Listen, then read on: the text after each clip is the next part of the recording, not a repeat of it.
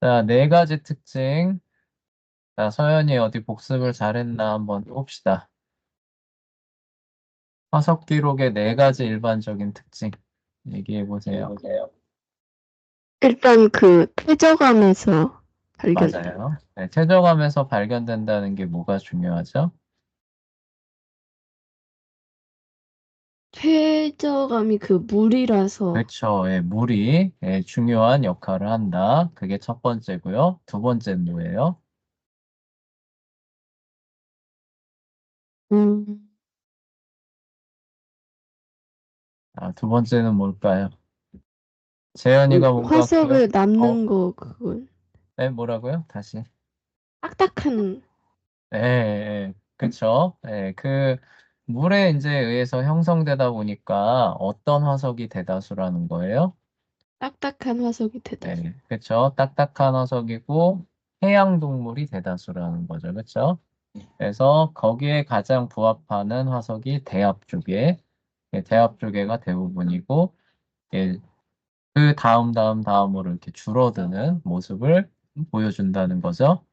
세 번째 특징은 뭐였나요?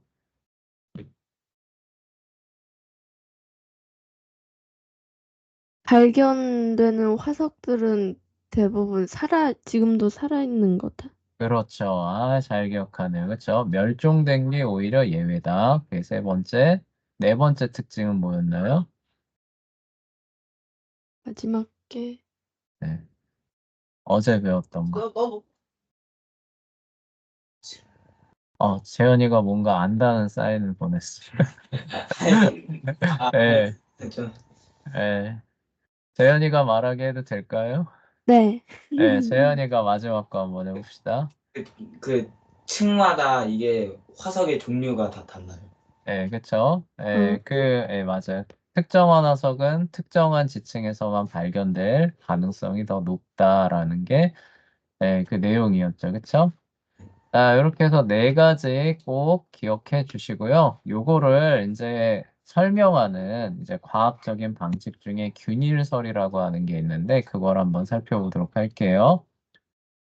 화석 기록에 관한 설명은 단원 6에서 배운 지질학적 기록으로부터 시작한다. 무엇보다도 화석은 암석에서 발견되기 때문에 분명히 암석의 형성이 화석의 형성에 상당한 영향을 미칠 것이다. 우리가 균일설을 논의하든지 아니면 격변설을 논의하든지 반드시 지질학적인 기록과 화석 기록을 다 함께 설명해야 한다. 그렇죠? 그래서 암석 속에서 발견되기 때문에 화석을 설명하려면은 지질학에 관한 이론이 안 들어갈 수가 없다는 거죠. 그러니까 지질학이 뭐냐? 암석에 관한 이론이에요. 암석이 어떻게 형성됐느냐에 대한 이론이 화석에 대한 그 설명에 영향을 안 끼칠라야 안 끼칠 수가 없다라는 그런 얘기죠. 지질학적인 기록과 화석 기록을 설명하려고 시도할 때 균일설은 굉장히 중요한 한 가지 가정으로부터 시작한다. 이 가정은 다음과 같은 구절로 가장 잘 요약된다.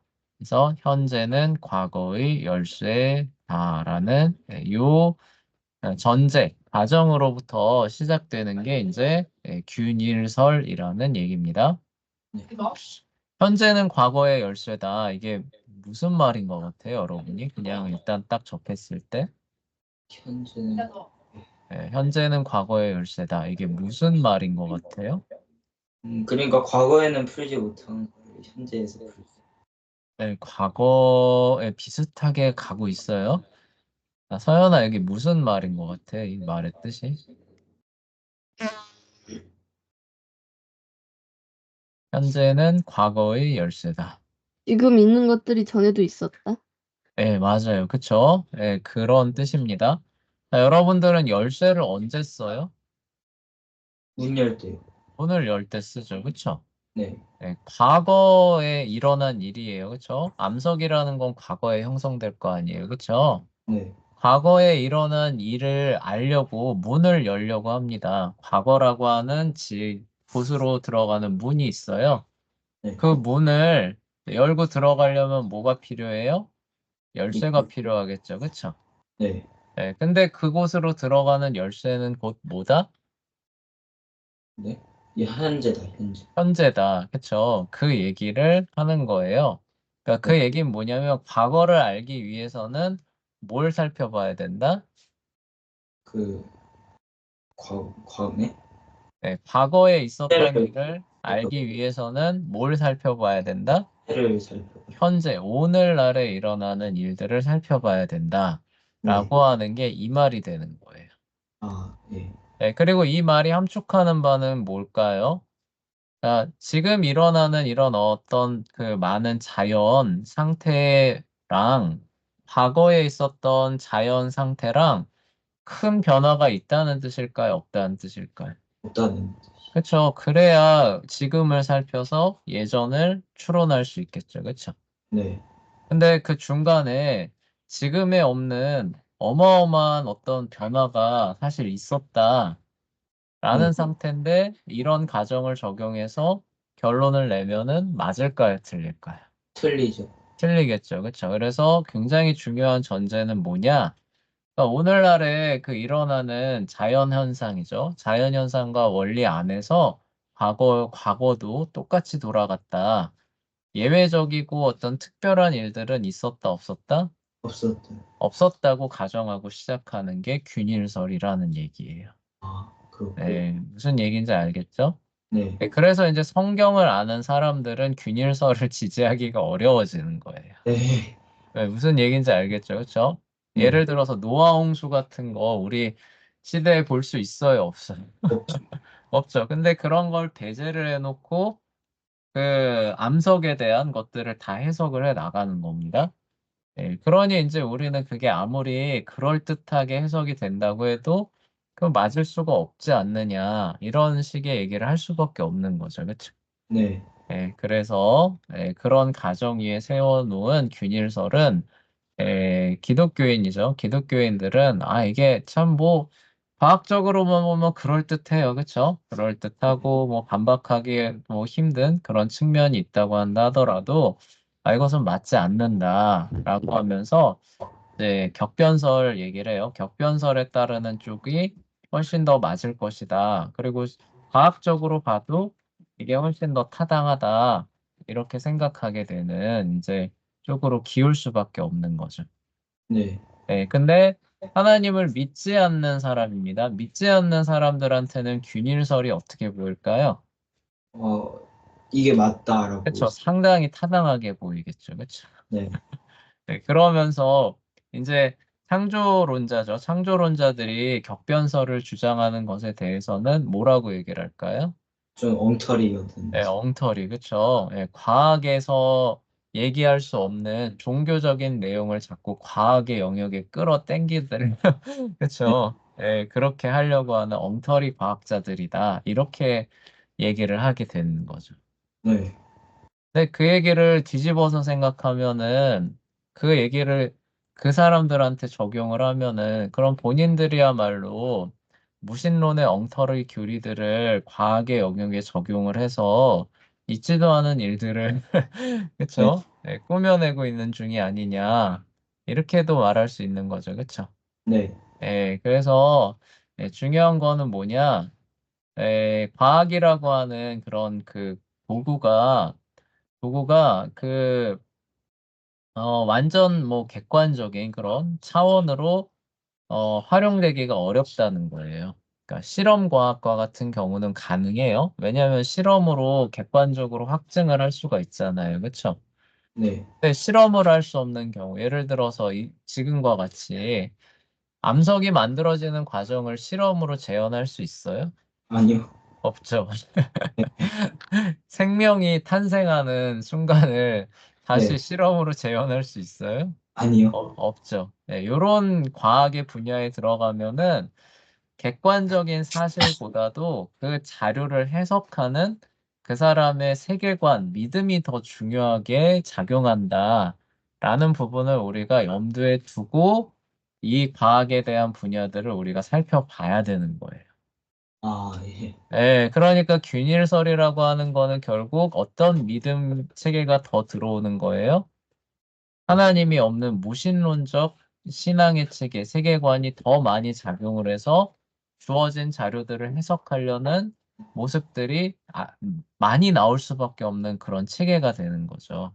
네. 네, 무슨 얘기인지 알겠죠? 그쵸? 네. 그래서 그런 사람들이 이 세상을 바라봤을 때 갖는 생각이 뭐냐?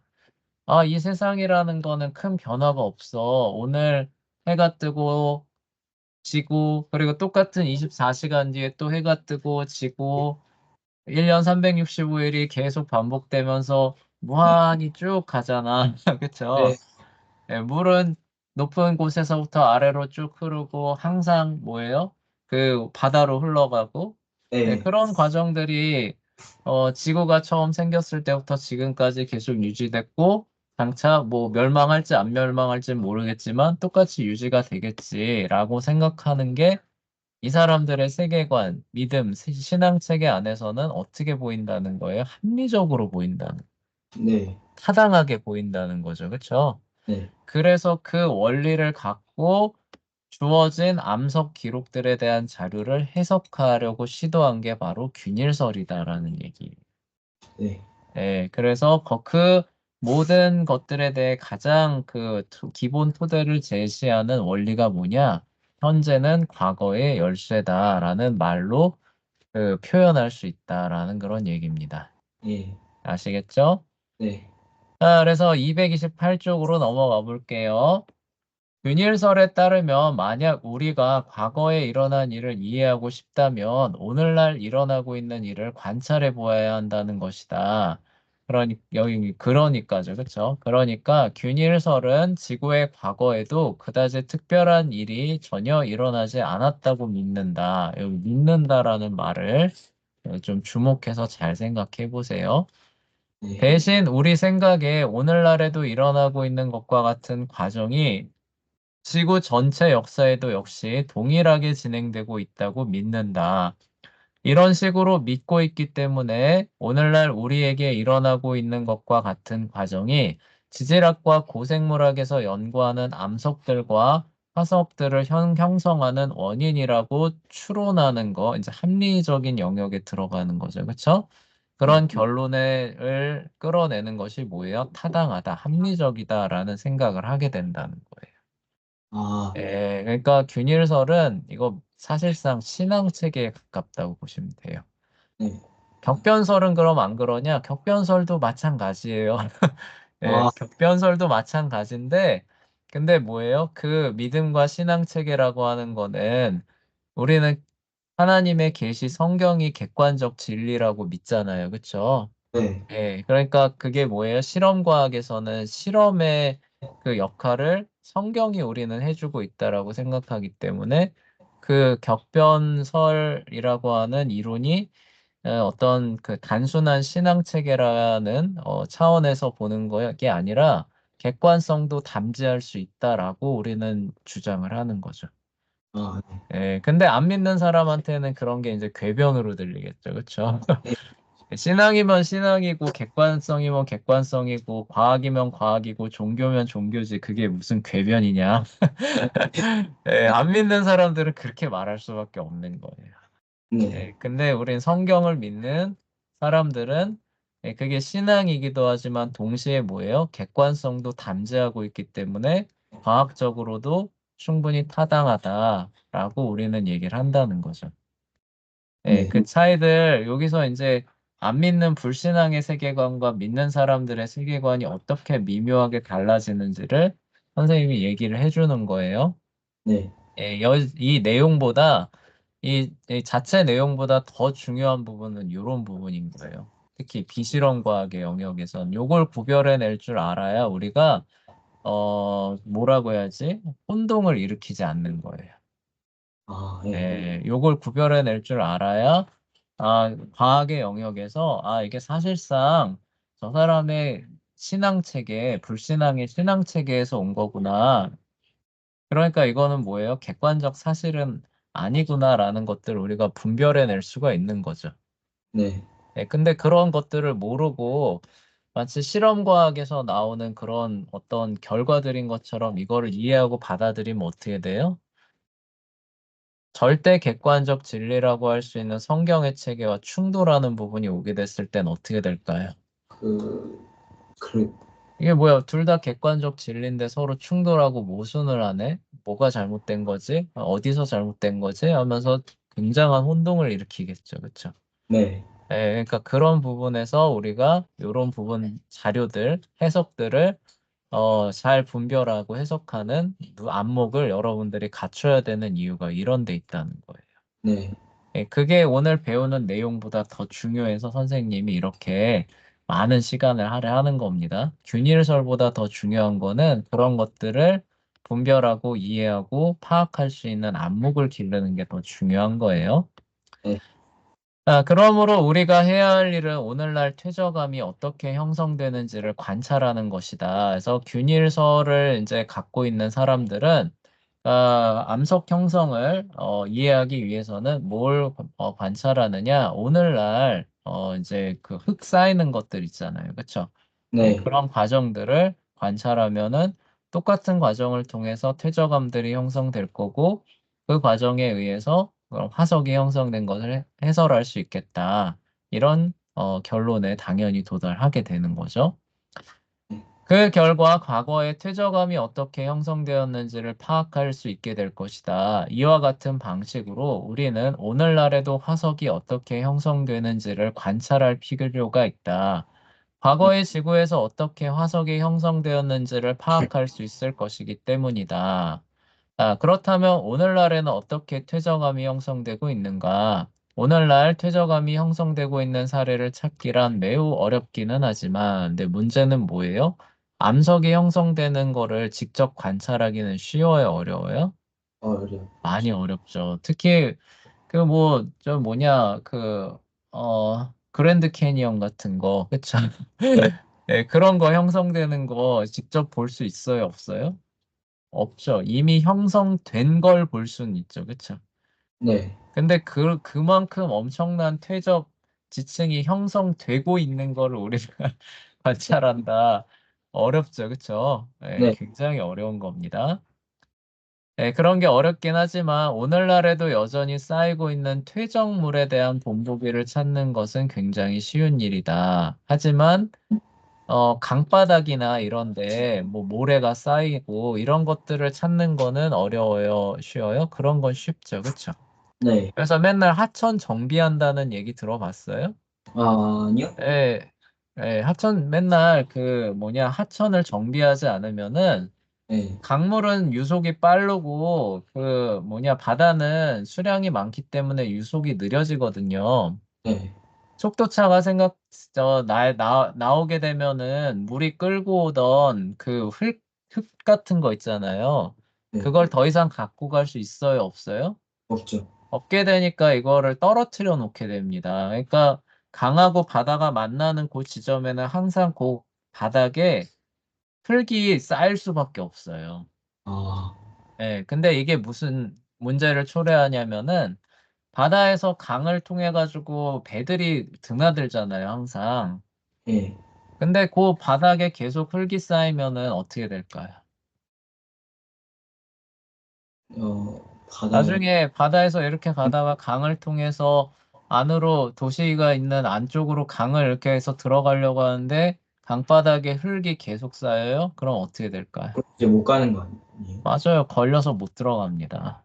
아, 큰 배, 작은 배면 그래도 그냥 드나들겠지만 큰 배는 어떻게 될까요? 이제, 점점점 드나들기 어려워지는 상황으로 가는 거예요. 네, 그래서 항구 도시예요. 항만이 있는 항구 도시. 항구 도시는 강에 인접해서 강과 바다가 인접해 있는 그 도시에 되는 게 항구 도시잖아요. 네. 그런 도시에서는 항상 하천 정비를 해줘요, 매년. 아, 예. 매년이라고 할 수는 없어도 정기적으로, 주기적으로 해줘야 됩니다. 예, 그래야 이따만한 배들 있잖아요. 그쵸? 이따만한 배들이 드나들 수가 있는 거예요.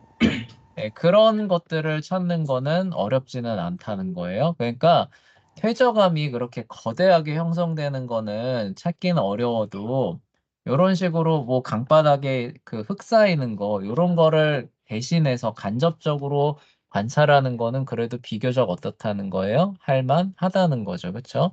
아, 예, 근데 균일설의 그 맥락에서 보면은 결국 그 광대한 그랜드 캐니언과 같은 지층들도 결국 어떤 과정을 통해서 만들어지는 거예요?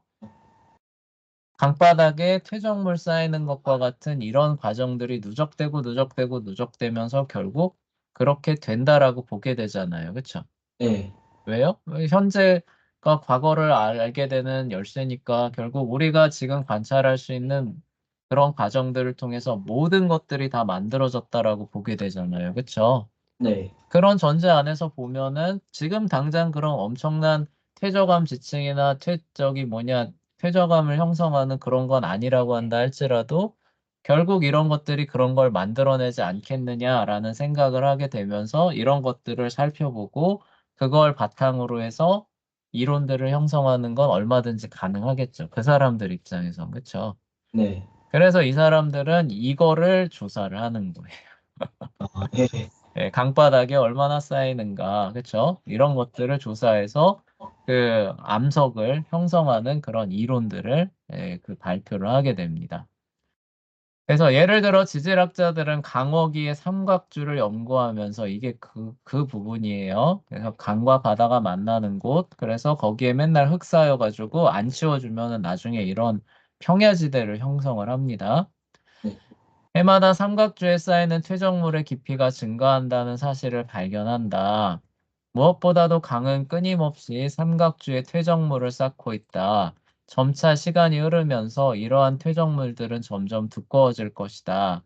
오늘날 열대지방의 얕은 바닷물에서도 이런 기본적인 관찰을 할 수 있다.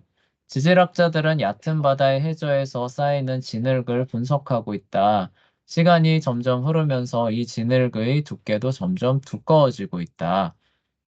지질학자들은 이처럼 진흙이 쌓이는 속도를 관찰한 결과를 기초로 1000년마다 30cm 정도의 속도로 진흙이 쌓인다고 예측한다. 그래서 그 데이터들을 쭉 모아가지고 나름 이제 뭐 통계를 내봤겠죠. 그쵸?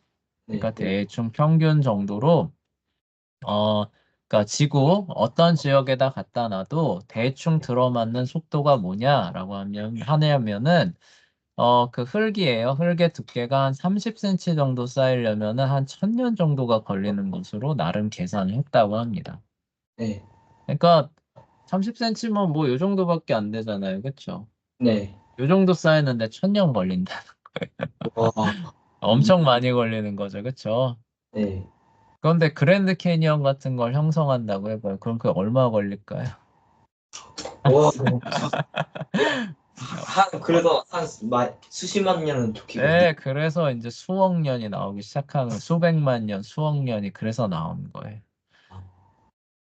네, 강물로 인해 쌓이는 퇴적물과 바닷물로 인해 형성되는 퇴적물을 살펴볼 수 있을 뿐만 아니라 물이 증발하면서 거기에 쌓인 퇴적물을 남겨놓는 경우도 볼 수 있다. 이거 이제 암염을 얘기를 하는 거예요. 소금도 그 쌓이면서 암석되는 거 알고 있죠? 예. 그래서 그 산에서 소금 캐오는 것도 있거든요. 아, 예. 예, 그러니까 그 바다가 없는 내륙 지역에서는 산에서 돌멩이를 캡니다. 근데 어, 그게 뭐예요? 이렇게 눌려가지고 암석화된 소금인 거예요. 아, 예, 그런 경우들을 이제 여기서 얘기를 하는 거예요. 네, 이런 경우에 탁월한 사례 가운데 하나가 바로 이스라엘과 요르단 국경에 위치한 사해다. 성경의 여매로 나오죠. 전 세계적으로 이 지역의 기후 때문에 사해의 물은 아주 빨리 증발한다. 해마다 3m가 넘는 속도로 증발한대요. 예. 사실상 비나강을 통해서 더해지는 것보다 훨씬 더 빠른 속도로 물이 증발하고 있기 때문에 사해는 점차 줄어들고 있다. 점차 줄어든대요. 그러니까 결국엔 이게 아마 없어진다는 얘기겠죠. 우리 생애에 보기는 어렵겠지만, 예. 하여간 결국에는 시간이 가고 가면 결국엔 없어질 겁니다. 사해의 물은 퇴적물로 가득하며 대부분 소금 퇴적물이다. 물이 증발하면서 그와 같은 퇴적물이 쌓인다. 그러니까 천연 염전이나 마찬가지인 거죠. 그렇죠? 네. 그 결과 사해 주변으로 고리를 형성하는 소금 퇴적물이 거대하게 쌓여 있다. 그게 암석화돼서 그렇죠? 주변부에 이렇게 쌓여 있는 모습들을 가면 볼 수 있답니다. 이러한 관찰을 비롯하여 무수한 다른 관찰 결과들은 균일설에 기초한 지질학자들이 지금 퇴적암을 형성한 퇴적물도 과거에 이와 같은 과정을 거쳐서 쌓이게 되었다고 생각할 수밖에 없도록 만든다. 그쵸? 예를 들어 균일설 지질학자들은 그랜드 캐니언에 있는 지층이 모두 지층 하나 정도는 예외가 있을 수도 있지만 물의 도움으로 쌓이게 되었다고 생각한다. 이거는 뭐 변함없다는 거죠. 대다수 경우에 균일론자들은 이러한 암석들이 북아메리카에서 서서히 발달했다가 사라진 뭐의 결과라고 뭐예요? 바다의 결과라고 믿는다. 그러니까 균일설의 입장에서 보면은 물에 의해서 쌓여야 되고 그리고 이런 속도로 쌓이게 된다면은 장기간 그 지역이 뭘로 덮여 있었다는 뜻이에요? 물에 덮여 있었다는 뜻이겠죠. 그쵸? 네. 그러니까 그랜드 캐니언 지역이 예전에는 장기간 동안 사실 여기가 육지가 아니라 뭐였다고 보는 거예요? 바다였다고 보는 거죠. 네. 근데 기후가 변하면서 그 바다가 어떻게 되는 거예요? 점점 사라지면서 그게 어떻게 돼요? 육지가 되는 거죠. 그쵸? 네. 예, 그리고 이제 그 그랜드 캐니언에 대부정업 하나 있다 그랬잖아요. 그쵸? 네. 육지가 돼서 이제 풍화 과정에서 깎여 나갑니다. 근데 거기가 또 기후가 뭐 이렇게 또 바뀌고 해서 다시 바다가 생기는 거예요. 그럼 그 위에 다시 쌓이겠죠. 그쵸? 네. 그래서 대부정업 이후로 다시 이만큼 올라오게 되는 거예요. 네. 근데 그 이후에 또 어떻게 돼요? 바다가 사라지면서 드러나가지고 오늘날의 그랜드 캐니언과 같은 그 지형이 만들어지게 됐다. 이게 이제 균일설이 말하는 거예요. 네. 그러니까 균일설이 그랜드 캐니언을 얘기를 하려면은 지금 우리는 볼 수 없는 바다가 형성됐다가 바다가 사라졌다가 바다가 다시 형성됐다가 사라져서 그 지역이 육지화되는 이런 얘기를 안 할 수가 없게 된다는 거죠. 네. 네. 아, 아, 그래서 균일설에 기초한 틀에서는 애리조나는 한때 적어도 부분적으로는 바다로 뒤덮여 있었다. 시간이 흐르면서 퇴적물이 바다의 밑바닥이나 바닷가에 쌓이게 되었다. 오랜 시간 동안 퇴적물이 쌓인 뒤에 대부정합 아래쪽이겠죠. 그러니까 여러 가지 요인으로 인해 바다가 사라지게 되었으며 그 이후로 퇴적층만 남게 되었다. 이 퇴적층이 퇴적암으로 굳어졌으며 풍화와 침식을 겪을 수밖에 없었다. 해서 이제 뭐예요? 그 깎여 나가는 부분들이 이제 나오는 거죠. 네. 이런 과정으로 퇴적암 지층 하나가 형성되는 방식이다. 근데 문제는 뭐예요? 궁극적으로 이 바다가 다시 발달하여, 그러니까 다시 한번 부분적으로 애리조나를 뒤덮었으며 이전에 형성된 퇴적암 지층이 바다 밑바닥에 자리 잡게 되었다. 다시 한번 퇴적물이 바다 밑바닥이나 바닷가에 쌓이기 시작했으며, 그러니까 뭐예요? 대부정합 위쪽으로 이제 다시 지층이 발달하게 됐다는 거죠. 그쵸? 네. 네. 그 결과 퇴적물이 원래 의 퇴적암 지층 위에 쌓이게 되었다. 근데 뭐예요? 궁극적으로 바다가 다시 사라지고 전체적인 과정이 계속 되풀이하여 반복되었다. 그래서 이제 뭐 대부정합 위쪽으로 쌓여있는 지층이 다시 육지로 드러나게 되는 과정이 진행됐다. 이 얘기죠. 네. 균일론자들에 따르면 그랜드 캐니언에 있는 어떤 퇴적암 지층은 애리조나의 일부가 바다로 뒤덮였던 시기를 나타낸다. 그 시기에 쌓인 퇴적물이 나중에 딱딱해졌으며 그 결과는 새로운 퇴적암 지층이었다. 그러므로 그랜드 캐니언에서 수많은 퇴적암 지층을 살펴보면서 우리가 실제로 지금 관찰하고 있는 것은 바다 밑바닥에 퇴적물이 서서히 쌓이는 모습, 그 바다가 사라지는 모습, 바다가 사라졌다가 이 모든 과정을 다시 시작하기 위해 바다가 발달하는 모습 가운데 하나다. 그러니까 뭐예요? 그들은 그랜드 캐니언을 보면서 뭘 생각한다는 거예요? 이게 원래 바다였는데 그래서 이렇게 지층이 쌓였다는 거죠. 그렇죠? 대부정합 밑에 그 지층을 보는 그렇게 이해하는 거예요. 근데 대부정합 위에 지층이 또 있으니까 그러면 그 중간에 바다가 사라져서 육지가 돼서 깎여 나간 다음에 또 바다가 생겨가지고 지층이 이렇게 쌓였겠구나 이런 생각들을 하게 된다는 거예요. 그렇죠? 네. 근데 지금 이게 뭐예요? 우리 육지로 드러나 있잖아요. 그렇죠? 네. 그러니까 지금 그 바다가 다시 사라져서 육지가 드러나서 그 위에 층이 깎여 나가는 풍화와 침식을 겪고 있는 이런 걸 지금 우리가 보고 있구나. 이렇게 생각한다는. 아, 예. 그럼 나중에 여기에 바다가 다시 발달한다. 그럼 어떻게 되는 거예요? 다시 위에 부정압이 생기고 위에 지층이 또 하나 쌓일 수도 있겠구나. 이런 생각들은. 아, 예. 자, 바다는 여러 가지 다양한 조건으로 인해 발달했다가 다시 사라지기 때문에, 그리고 바다는 여러 다양한 시기에 여러 강들이 유입되었을 가능성이 아주 높기 때문에, 애리조나에 쌓인 퇴적물들은 그 조성에서도 아주 다양하였다. 이게 바로 그랜드 캐니언의 각 지층에서 수많은 다양한 종류의 암석들이 발견되는 이유에 관한 설명이다. 네, 그렇게 이제 그래서 설명한대요. 이런 관점에 지질하게 되어 여러분이 기억해야 할 한 가지 사항은 거대한 시간의 흐름이 전제된다는 점이다. 그쵸? 네. 여러분들 바다가 발달하고 없어지고 하는 거 본 적 있어요? 관아요? 인류 역사 기록으로도 없어요. 네, 아, 인간이 기록한 그런 부분들을 모아보면은 막 바다가 사라지고 뭐 이런 것들 없습니다. 예. 네, 그러니까 이게 도대체 얼마나 많은 시간을 필요로 하느냐라는 것들을 볼 수가 있는 거죠. 네. 네, 오늘날 우리가 관찰하는 퇴적 속도는 퇴적물이 매우 천천히 쌓인다고 주장한다. 예를 들어, 내가 조금 전에 언급한 열대바다의 퇴적 작용은 굉장히 느린 속도로 일어나는 것으로 관찰되고 있기 때문에 30cm 정도의 퇴적층을 형성하기 위해서는 1000년이 걸릴 것이다. 그러므로 균일론자의 관점으로 애리조나에 쌓인 퇴적물이 그 정도로 쌓이기 위해서는 뭐예요? 최소한 수백만 년, 그러니까 그랜드 캐니언 정도의 지층을 형성하려면은 쌓이는 시간만 몇 년 정도? 수백만 년. 적어도, 그쵸? 네. 근데 문제가 있는데, 쌓이는 시간만 그 정도고, 바다가 사라졌다가 다시 생기는 시간도 있지 않겠느냐라는 네. 거죠. 그건 더 길다는 거예요. 또한 각 퇴적물이 쌓이는데 걸리는 시간은 실제로 퇴적물 사이에 잠재되어 있는 시간보다 훨씬 더 짧다고 균일론자들은 일반적으로 추정한다.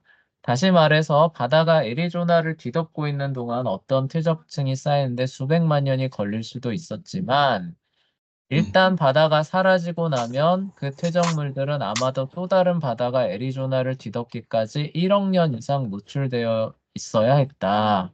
그러니까 뭐예요? 대부정합층을 만들기 위한 풍화와 침식이 일어나는 시간을 또 어떻게 본다는 거예요?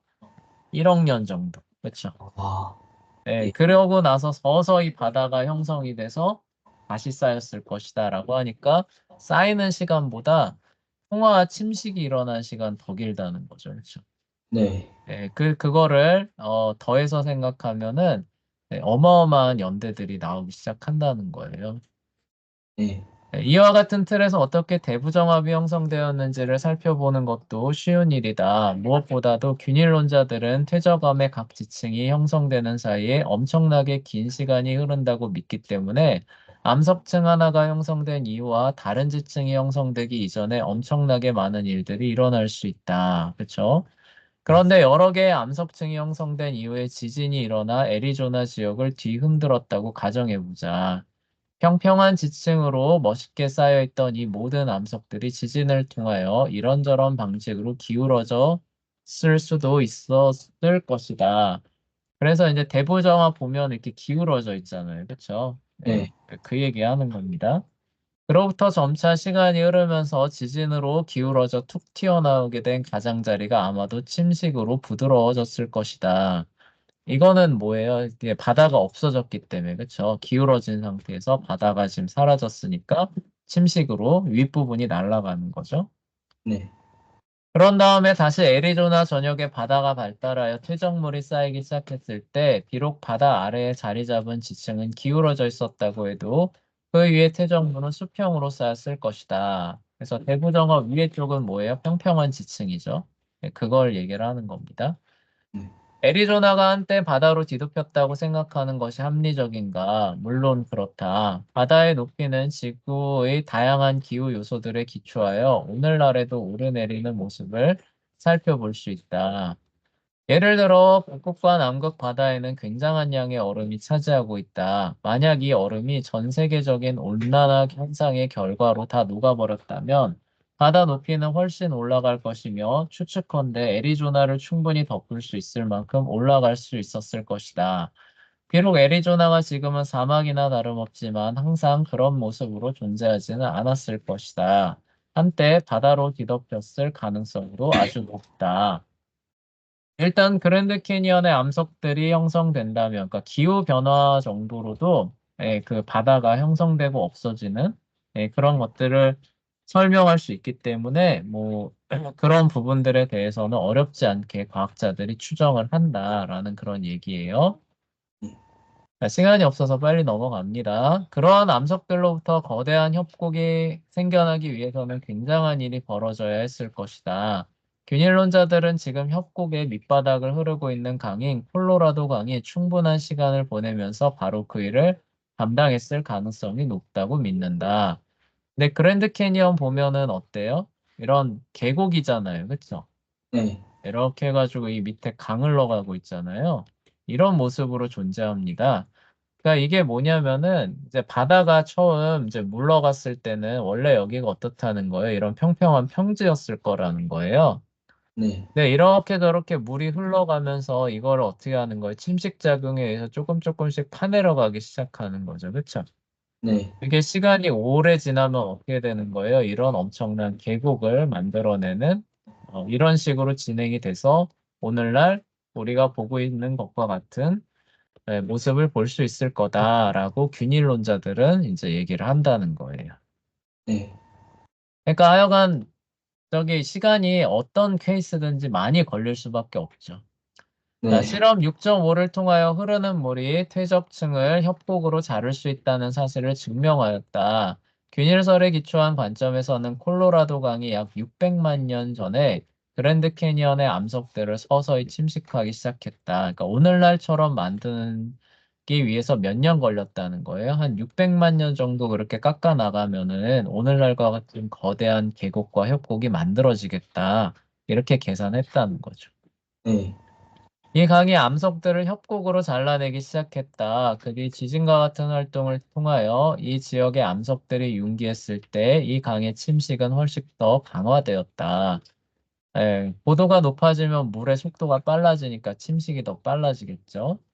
네. 자, 이 두 과정과 더불어 600만 년의 시간이 흐르면서 드디어 오늘날 우리 앞에 있는 웅장한 협곡이 탄생하였다. 이제 그랜드 캐니언에 있는 각 지층이 어떻게 형성되었는지에 대해 이러한 관점으로 생각하면 왜 특정한 암석층에서는 특정한 암석밖에 발견할 수 없는지 아주 분명해진다. 그쵸? 지층이 왜 이렇게 각각 다 다르냐? 그리고 거기에서 나타나는 생명체, 화석도 왜 동일한 것보다 다른 게 더 많으냐라고 하냐면은 암석층이 오랜 시간에 걸쳐서 한 번에 하나씩 쌓였기 때문에 그렇다라고 설명을 하게 된다는 거예요. 네. 그럴 수밖에 없죠. 그렇죠? 워낙 느린 속도로 쌓이고 그렇죠? 네. 그리고 그 정도 쌓이려면은 엄청나게 오랜 시간이 걸리니까 거기에 들어가는 것들은 그 시대에 해당하는 특징을 안 가질라야 안 가질 수가 없겠죠. 그렇죠? 네. 그런 얘기들로 이제 해석을 한다라는 얘기예요. 균일론자들은 각 암석층에 한 번에 하나씩 쌓였다고 믿기 때문에 이러한 암석층에 중첩의 원리가 적용된다. 즉, 더 낮은 곳에 위치한 암석층일수록 훨씬 더 오래전에 쌓인 퇴적물이다. 고생물학자들이 대부정합 아래에서 조류를 비롯하여 그와 비슷한 생명체밖에 발견할 수 없다는 것은 지구의 고대 역사로 거슬러간 어느 시기에 애리조나 바닷속에는 그러한 종류의 생명체만이 살고 있었다는 뜻이다. 그렇죠? 그러니까 그렇게 발견된다는 뜻이에요. 그때는 그런 특징이 있었기 때문에 그렇게 발견이 됐고, 이제 그 뭐예요? 가장 윗층에는 물고기, 현대 물고기 나오잖아요. 그렇죠? 네. 그럼 그건 뭐예요? 시간이 뒤로 가면서 그때 애리조나 바다에는 처음에는 조류 같은 거밖에 없었는데 이제 진화에 의해서 발달하면서 그런 물고기가 출현을 해서 그 위쪽에는 그런 식의 화석이 나오는 거다. 이렇게 이제 설명을 한다는 거죠.